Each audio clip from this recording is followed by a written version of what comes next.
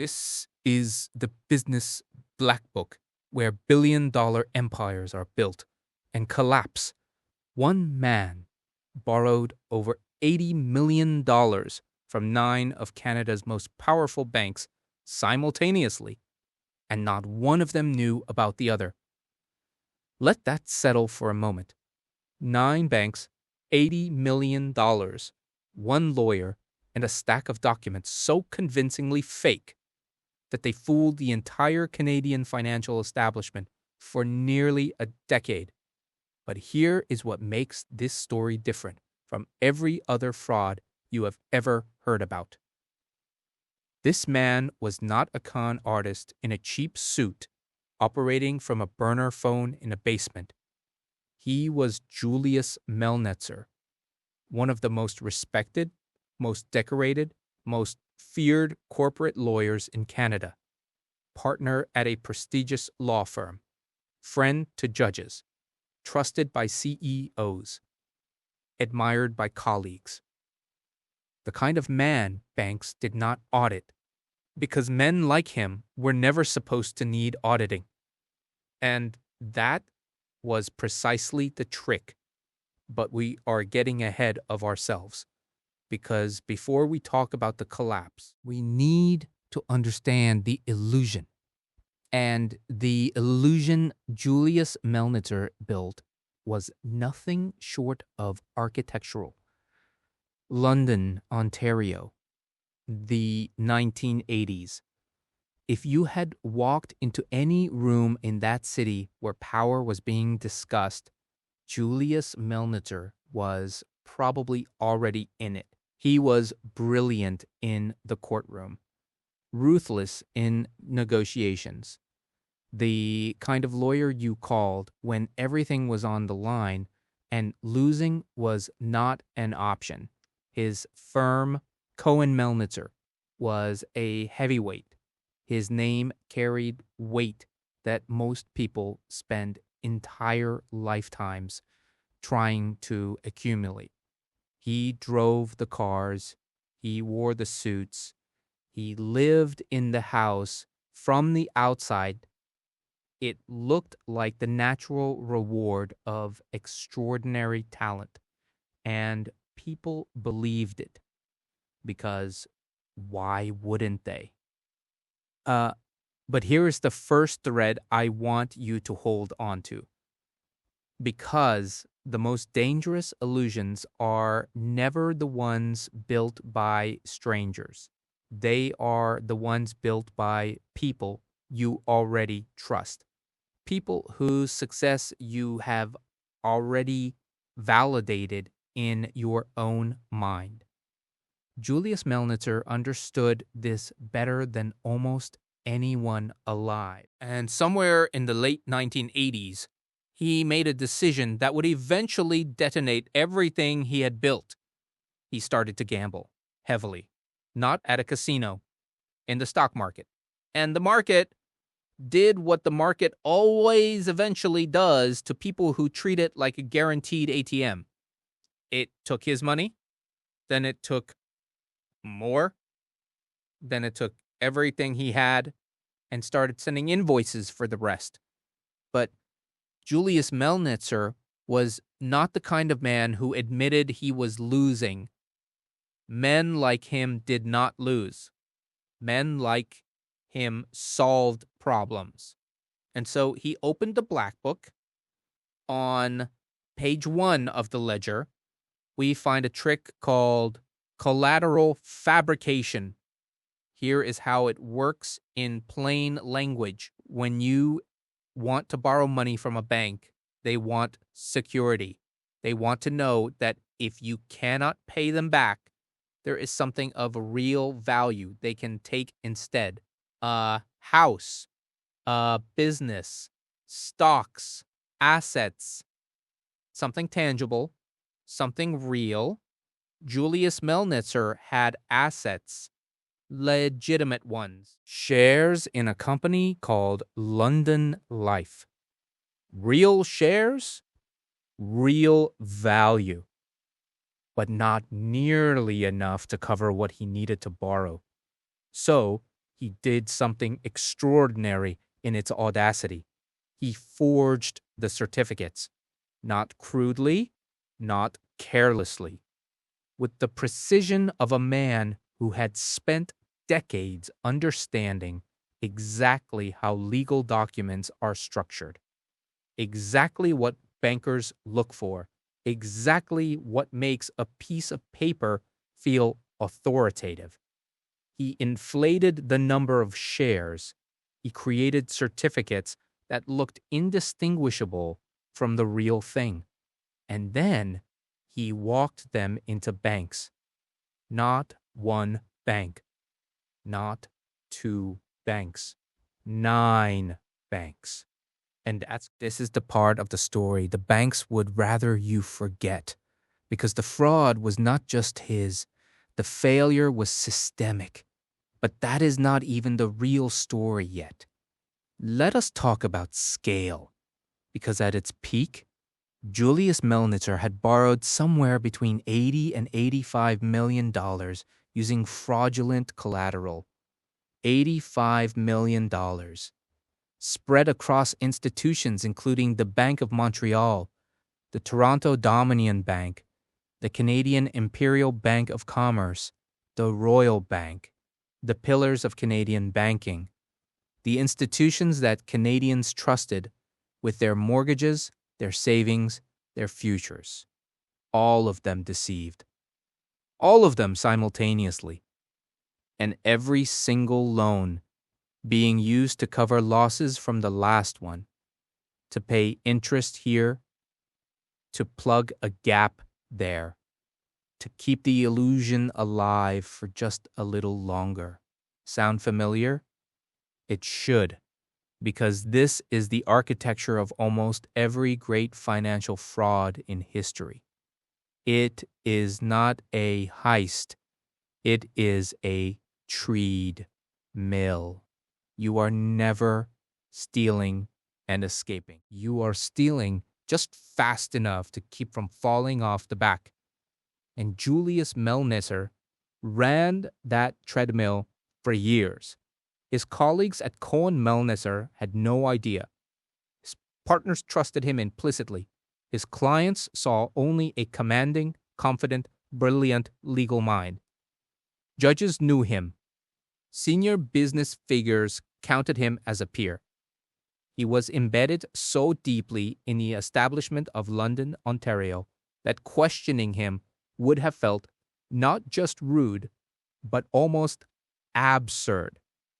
This is what made him different from most fraudsters. He was not an outsider trying to infiltrate the system. He was the system. He was inside the walls looking out, and that made him effectively invisible. But here is the thing about treadmills. They never actually take you anywhere, and they never slow down on their own. The amounts Julius Melnitzer needed to borrow kept growing because the losses kept compounding, because the interest kept accruing, because the market was not cooperating, because the gap between the illusion and reality was widening with every single month that passed. And somewhere in 1991, the cracks began to show. Not because Melnitzer made a mistake, not because he got careless, but because the banks, apparently simultaneously and independent of one another, began doing something they had not done nearly enough of before. They began checking. One institution requested verification of share certificates directly from the transfer agent. That is it. That is all it took. A single phone call, a single verification request, and the number came back wrong. And then they checked again, and it was wrong again. And then they looked more carefully, and then they started making more calls. And within a matter of weeks, the entire architecture collapsed. 9 banks, simultaneous alarms, simultaneous realization. $85 million in fraudulent collateral gone. Now here is where the story shifts from financial crime into something more personal, more devastating, more human. Because when Julius Melnitzer was confronted, he did not run, he confessed, almost immediately, fully, in extraordinary detail. And what emerged from that confession was not the portrait of a calculating sociopath who felt nothing.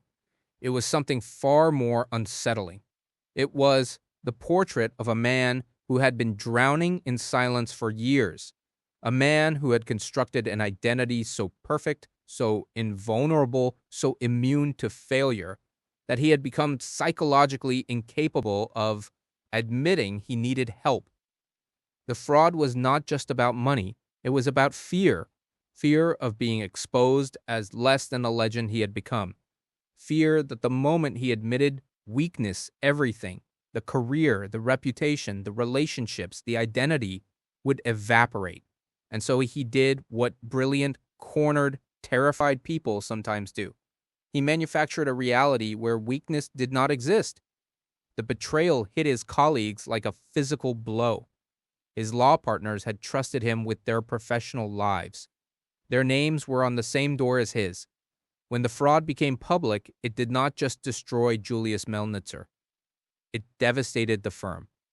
It shattered relationships built over decades. It sent shockwaves through the entire legal community in Ontario. People who had defended him, promoted him, learned from him, felt something that goes beyond ordinary anger. They felt foolish. And that feeling, that specific flavor of betrayal, where you realize the person you vouched for was performing the entire time, is something that does not heal quickly. In 1992, Julius Melnitzer stood before a court. He pleaded guilty on multiple counts of fraud. The sentence handed down was 9 years in prison. At the time, it was one of the longest sentences ever given for a fraud conviction in Canadian history. 9 years. For a man who had only months before been one of the most untouchable figures in Canadian law.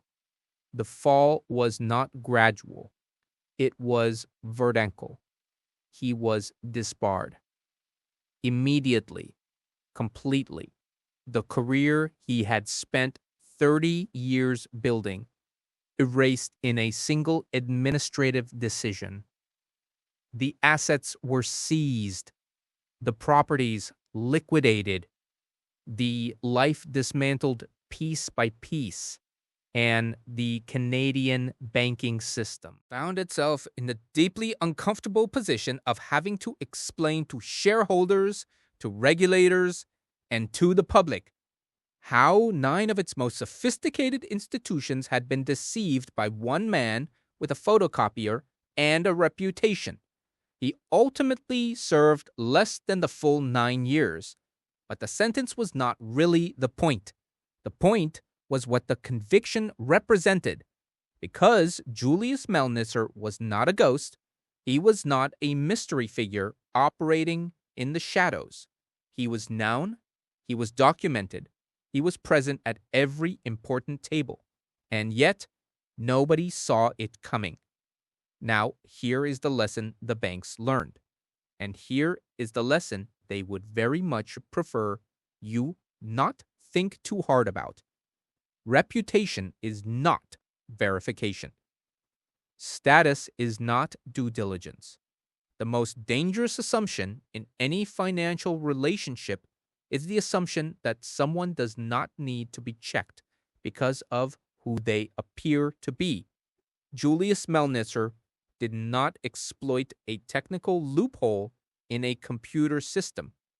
He did not hack a database. And he was human enough to eventually break under the weight of the secret he was carrying. That is not the story of a monster. That is the story of a man who made a catastrophic choice at a crossroads and then made it again and again and again and again until the math stopped working. And in the end, the numbers always stop working. They always do.